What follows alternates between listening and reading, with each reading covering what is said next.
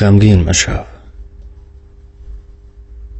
زیرا غم به یادت روزهای گذشته پر علم را می آورد و از آینده تو را می ترساند و همون روزت را بر خطر می دهد. غمگین مشو، زیرا غم دلت را تنگ، رویت را پژمرده و روح را مجروح می سازد. غمگین مشو، زیرا غم تو دشمنت را شاد می گرداند و دوستت را غمگین می سازد.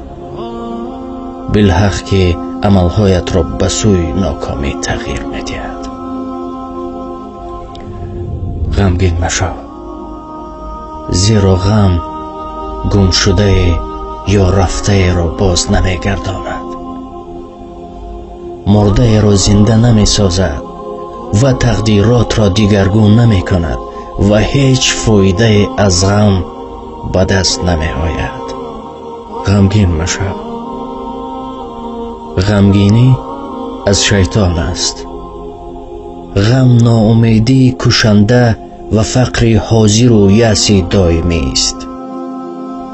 غمگین مشو، زیرا کلی بیماری ها شفا می یابد، مصیبت ها برطرف می گردد، جمع گناه ها بخشیده می شود، قرض های قرضداران ادا می شود، محبوسان از بند و زولانه زندان رها می یابند، غایبان حاضر می شوند، گناهکاران توبه می کنند، بینوایان و قشاقان نیز روز به روز به مرتبه بایگری می رسند.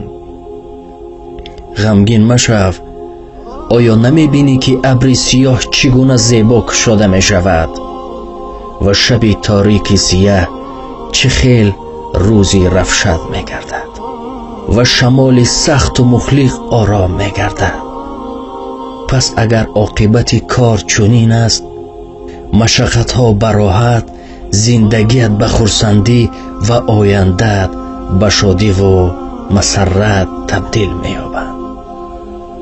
غمگین مشو، زیرا گرمی تنسوزی آفتاب را سایه دور می کند، تشنگی را آب می شکند، گرسنگی را نان رفع می سازد و علم بیمار را لذت شفا ملهم می شود.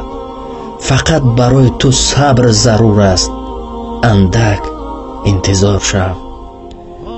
دیگر می بینی همش خوب و گوارا است. فقط و فقط غم مخور عزیزم، غم مخور. خدا حافظ.